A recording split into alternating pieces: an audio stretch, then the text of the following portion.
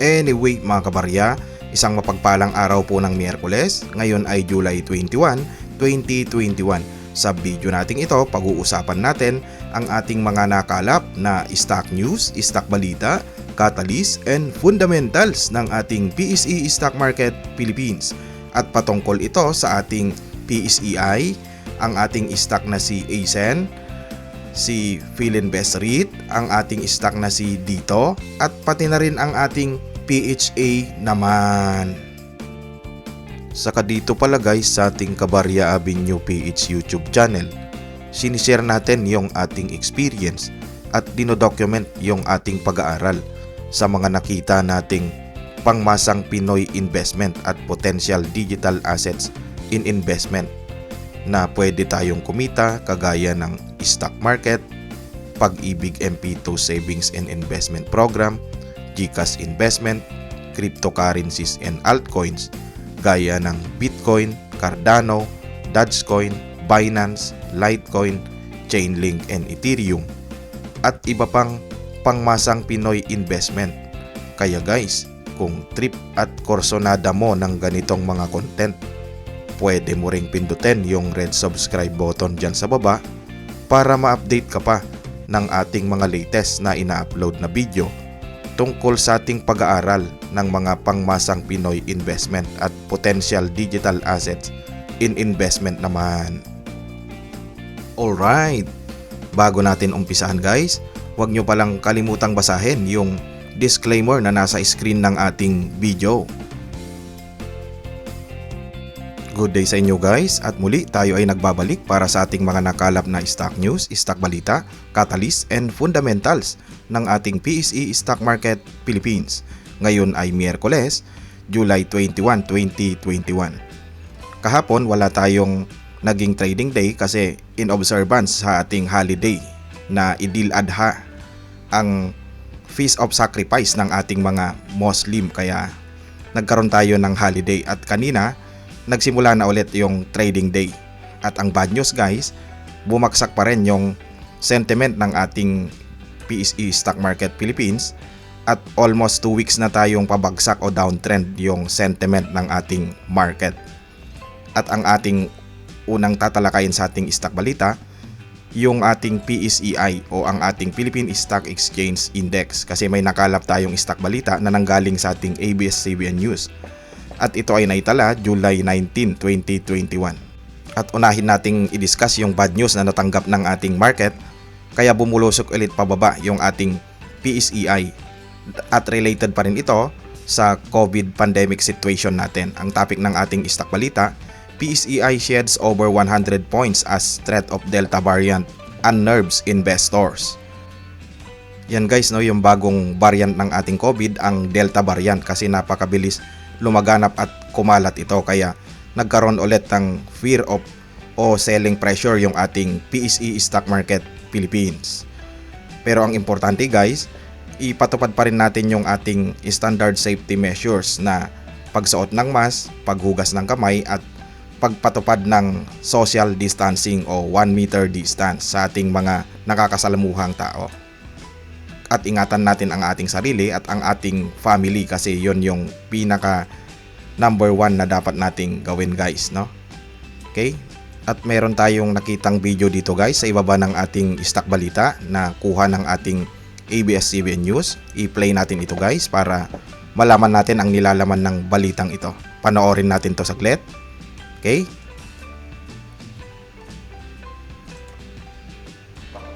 The Philippine Stock Exchange Index fell over 100 points or 1.6% in Monday trade. The broader all shares index fell 1.3%, with losers outnumbering gainers more than 3 to 1. The Philippine stock market has been falling for 2 weeks now, and Monday's losses were attributed to the confirmation of Delta variant cases in the Philippines. Our cash level is not too high as we've been buying on dips, but we remain on hold for now as we monitor what's happening with the Delta variant. Also, we're exposed mostly to, we're overweight certain stocks which are actually insulated, not only from the weakness of the peso dollar, but also any potential weakness in the domestic economy. The property sub-index suffered the biggest blow for the day, falling 3%. Robinson's Land, Ayala Land, and SM Prime Holdings all fell by over 2.5%. Raymond Rufino, President and CEO at NEO, a real estate developer with 7 office buildings in Bonifacio Global City, says the arrival of the Delta variant complicates things for the sector. The largest hit sector would probably be the small to medium enterprises. We have seen a few of those tenants declare bankruptcy or close down because of the impact of the pandemic. And so that has been a little bit difficult because finding new tenants in this market has been a challenge. Philippine Central Bank Governor Benjamin Diokno advocated last week for the quickening of the vaccination program to help shield the still recovering Philippine economy from the effects of the more contagious Delta variant. But he warns this is a serious threat not just to the Philippines, but to the world economy. The Philippine Stock Exchange Index will be closed for the Eid al-Adha holiday on Tuesday and will be back to trading Wednesday. Warren de Guzman, ABS-CBN News. Okay, yan guys, no? Meron dito sa baba, the Philippine Stock Exchange Index lost over 100 points as the threat of Delta variant continues to affect investor sentiment. Yan. Mamaya titingnan din natin yung naging chart o yung chart action ng ating PSE Stock Market Philippines. Okay? At ito naman, follow up nating stock balita nang galing pa rin sa ating ABS-CBN News. Patungkol pa rin ito sa ating PSEI na itala ito July 19, 2021. Siyempre, kung meron tayong bad news, meron din tayong good news guys, no? Ang topic ng ating stock balita, PH Economic Managers is sticking to 6 to 7% growth target for the year.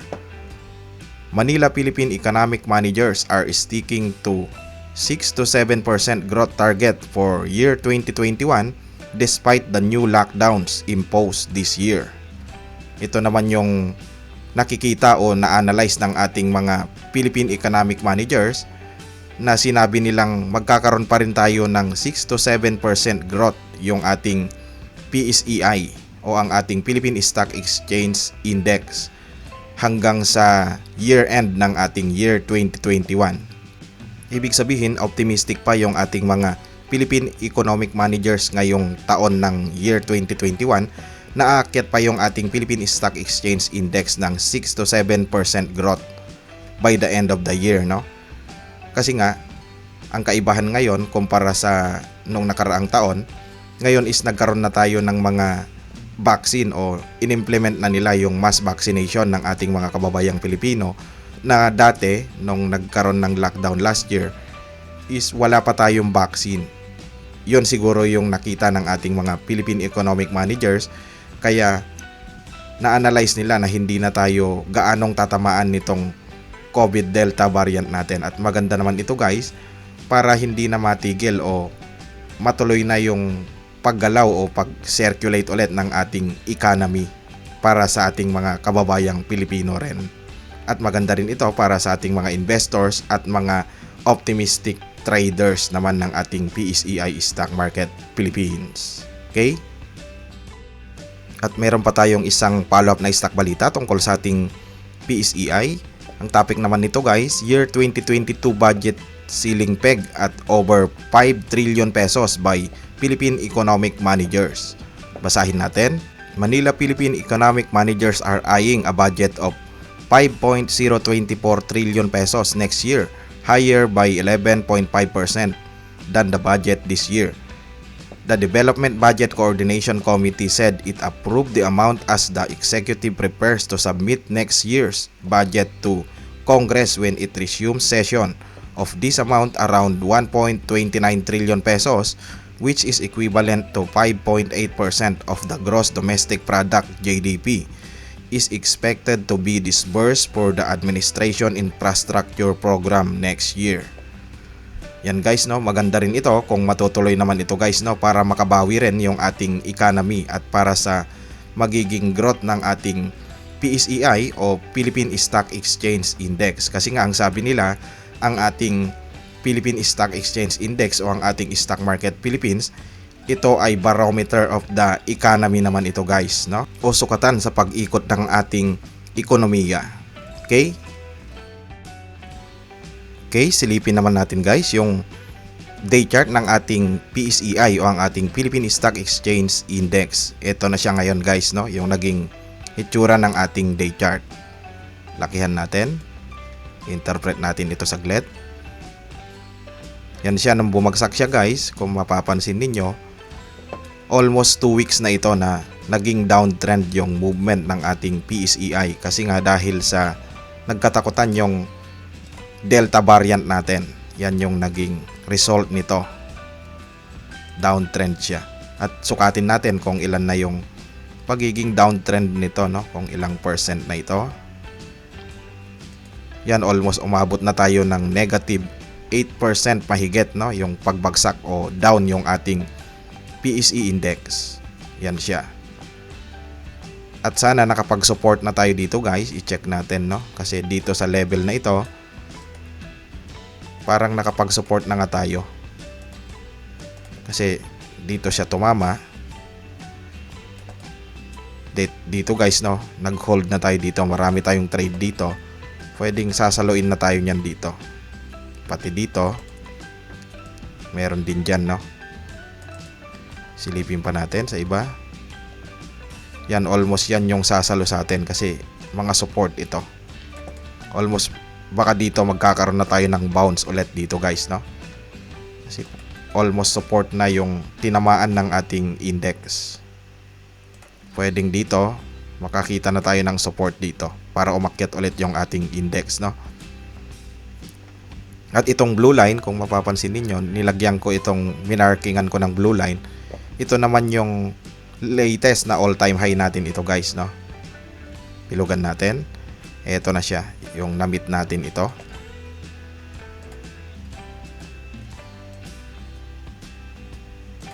Ito guys, no.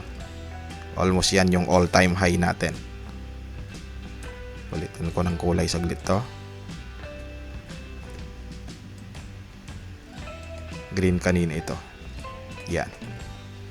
Tapos ito guys, yung nilagyan ko ng green line dito sa pinakataas. Yan naman yung pre-pandemic level natin. Kasi kung titingnan ninyo, dito sa area ng nung year 2020 by February to March, no? Diyan nagsimula yung ating COVID pandemic. Bibilugan natin. Almost dito siya guys, no? Yan yung level ng ating pre-pandemic level. Kaya kung titingnan ninyo, medyo malayo-layo pa yung aabutin natin bago tayo makarating dito sa ating pre-pandemic level kasi nagkaroon na ulit tayo ng downtrend movement. Pero kung hindi sana tayo nag-downtrend dito sa area na ito, yung latest na all-time high natin, medyo malapit na sana guys, no? Sukatin natin. 4% na lang sana o almost 5% kung ira-round off mo ito guys, no? Yung aabutin na lang sana natin. Kaso bumagsak ulit tayo kaya sukatin natin magmula sa ilalim kung ilang percent pa, no, bago tayo makabalik sa pre-pandemic level. Almost 14.5% pa. Napakalaki pa, no, yung discrepancy para umabot tayo dyan ulit, no. Kasi kung titingnan ninyo dito sa part pala na ito guys, kung anong date ito, itong area na ito, nung January 2021 pala, almost ma-reach na natin yung pre-pandemic level. Nauntog tayo guys, no? Tapos nagkaroon ulit ng downtrend movement dito. Yung ating index, no? Bumagsak ulit tayo dito ng napakahaba at napakalalim pa yung inabot natin nung itong level na ito na magmula January year 2021 at umabot tayo kung ilan ito. Check nga natin. Yung area na ito is noong May 2021 lang guys, no? Kung titingnan mo yung level naman nito, mas masyadong malalim, no? Kaysa naabot natin ngayon. Yan siya, nasa 6,166, no? Yung level nito. Pero ngayon, titingnan natin kung magso-support na nga tayo dito sa 6,000 itong area na ito, no? Itong 6,476 kung makakakita tayo ng bounce dito. Kaya mas maganda kung mag-bounce na tayo agad guys, no? Kasi marami naman tayong nakitang support natin dito. Okay? Pero kung i-check natin yung ating MACD, ito siya, no? Pabaksak yung ating MACD. Ito yung forma ng ating MACD. Pero ang good thing, ano pa naman tayo? Nasa area pa tayo ng above zero pa guys, no? Pero pabaksak na tayo sa ilalim. Kasi kung mababaon ulit ito sa ilalim, kagaya ng dati, pagkan natin ng iba. Kuha tayo pang kulay muna guys. Ito guys, no? Nung bumaksak itong ating MACD dito sa area na ito, natagalan tayo bago makaahon, no? Kaya dapat makakambyo itong ano natin, kaso pabulusok siya, no? Medyo baka lumalim pa ito. Pero titignan natin kung ano mangyayari ulit, no, sa ating index. Okay? Yan ang ating index. Right now ang ating index ay nasa 6,476.21 at downtrend siya kanina ng negative 1.68%. Okay? At kasunod nating stock balita nanggaling naman kay Security and Exchange Commission at ito ay naitala July 21, 2021 at patungkol ito sa ating stock na si AC Energy Corporation. I-check natin ang balita natin kay ACEN. Subject of disclosure: clarification of news article in Philstar.com on July 21, 2021 entitled ACEN to build 4 wind farms in Vietnam. Maganda rin ito guys, no, kasi ang magiging project ventures ng ating ACEN is international. Nasa Vietnam naman ito guys, no. Basahin natin yung nilalaman ng stock balitang ito. Clarification of news report.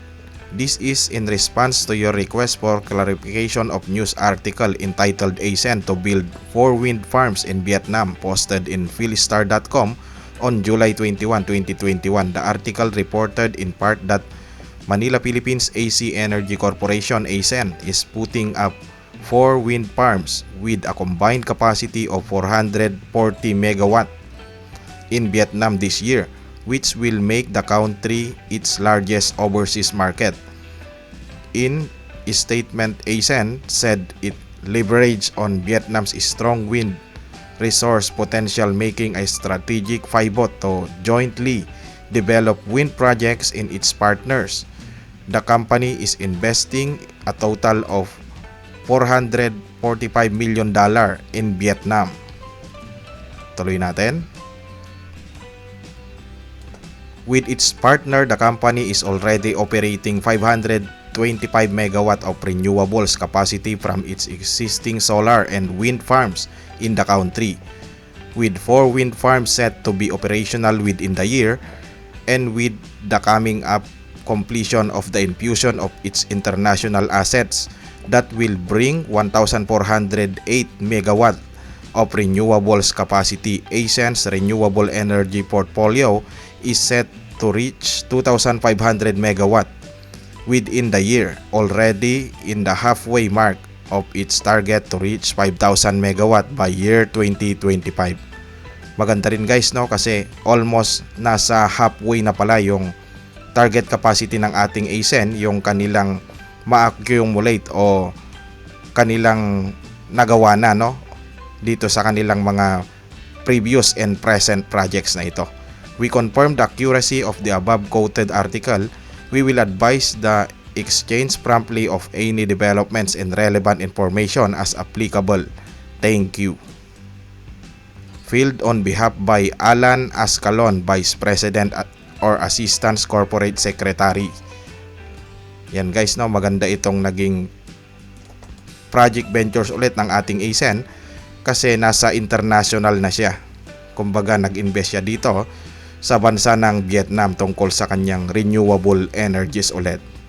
Kaya i-check ninyo ito guys sa ating mga ACEN Natics. Okay? At dumako tayo sa ating kasunod na stock balita. Ito ay nanggaling pa rin sa ating ABS-CBN News. Ito ay naitala July 21, 2021. Ito naman ay patungkol sa ating stock na si Philinvest, yung patungkol sa kanilang IPO. At ang topic ng ating stock balita, Philinvest PhilREIT sets final offer price of 12.6 billion pesos IPO at 7 pesos per share. Basahin natin yung nilalaman ng stock balitang ito. Manila Philinvest Land Incorporated said Wednesday its unit PhilREIT has set the final price of its initial public offering at 7 pesos per share.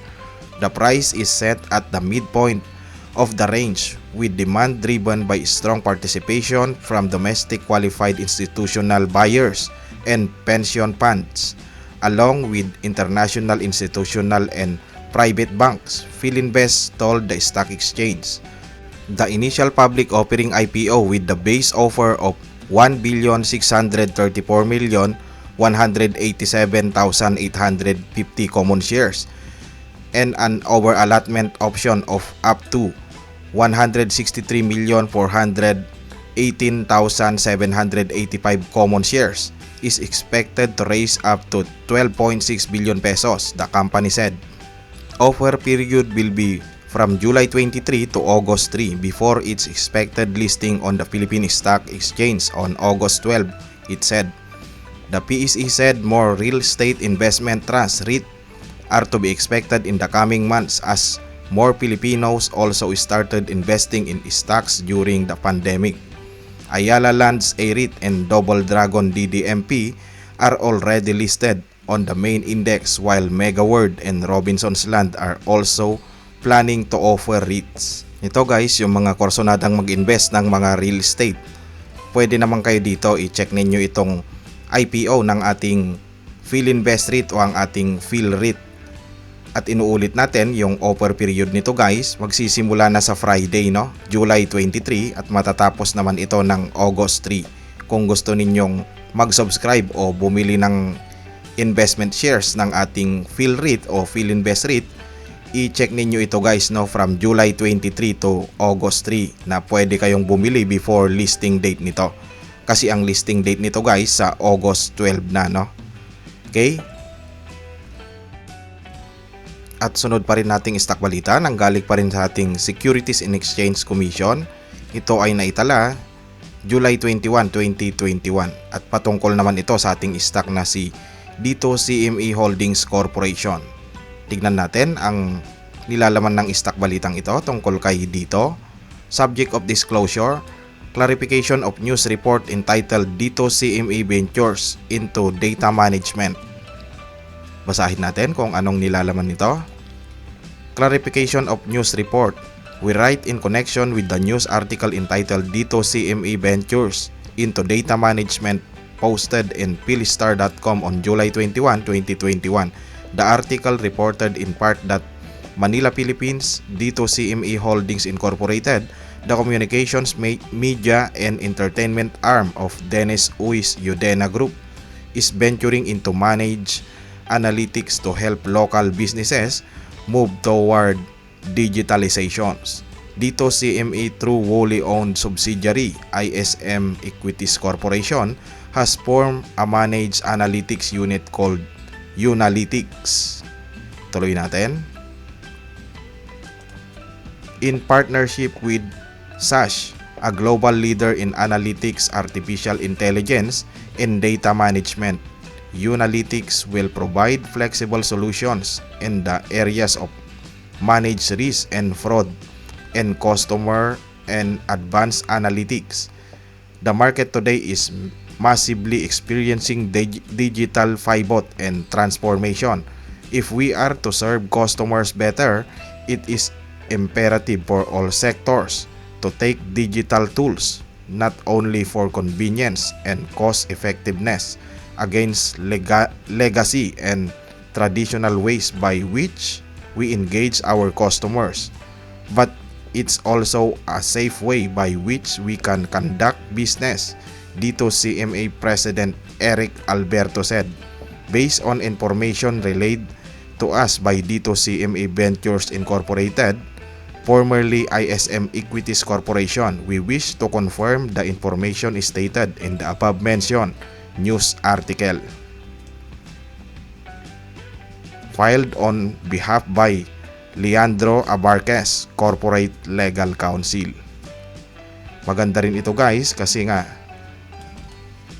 patungkol pa rin ito sa ating internet system na pinapasok na ventures ng ating Dito CMA Corporation para sa magiging growth naman nito sa ating future ng ating stock na si Dito CMA. Kaya good thing din ito guys. I-check din ninyo ito. Okay? At ang panghuli nating nakalap na stock balita nanggaling pa rin sa ating Securities and Exchange Commission at ito ay naitala July 21, 2021. At patungkol ito sa ating stock na si Premier Horizon Alliance Corporation o ang ating PHA. I-check natin ang nilalaman ng stock balitang ito patungkol sa kay PHA. Subject of the disclosure, Premier Horizons enters into 2.5 billion equity financing agreement with LDA Capital. Basahin natin kung ano ang nilalaman nito. Premier Horizon Alliance Corporation Company is pleased to announce that PHA's Board of Directors has approved on 20 of July year 2021 a put on option agreement with LDA Capital Limited Investor, a global investment group, to provide PHA with up to 2,500,000,000 pesos in committed equity capital over the next 36 months.